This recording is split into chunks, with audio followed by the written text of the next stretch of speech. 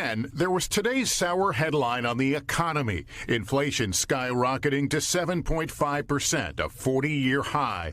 Prices still spiking on everything from used cars to gas to food. Inflation now costing the average American an extra $275 a month compared to last year.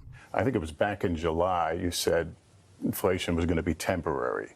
I think a lot of Americans are wondering what your definition of temporary is. Well, you're being a wise guy with me a little bit, and I understand that's your job. But look, at the time, what happened was let's look at the reason for the inflation.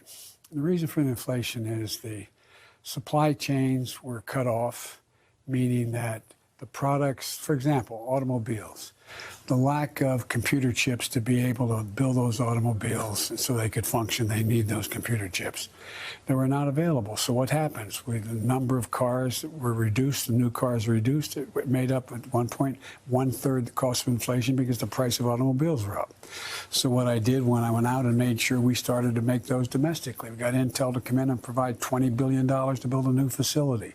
A number of organizations are doing the same kinds of things. When can Americans expect some relief from this soaring inflation? According to Nobel laureates, 14 of them that contacted me and a number of corporate leaders, it ought to be able to start to taper off as we go through this year. In the meantime, I'm going to do everything in my power to deal with the big points that are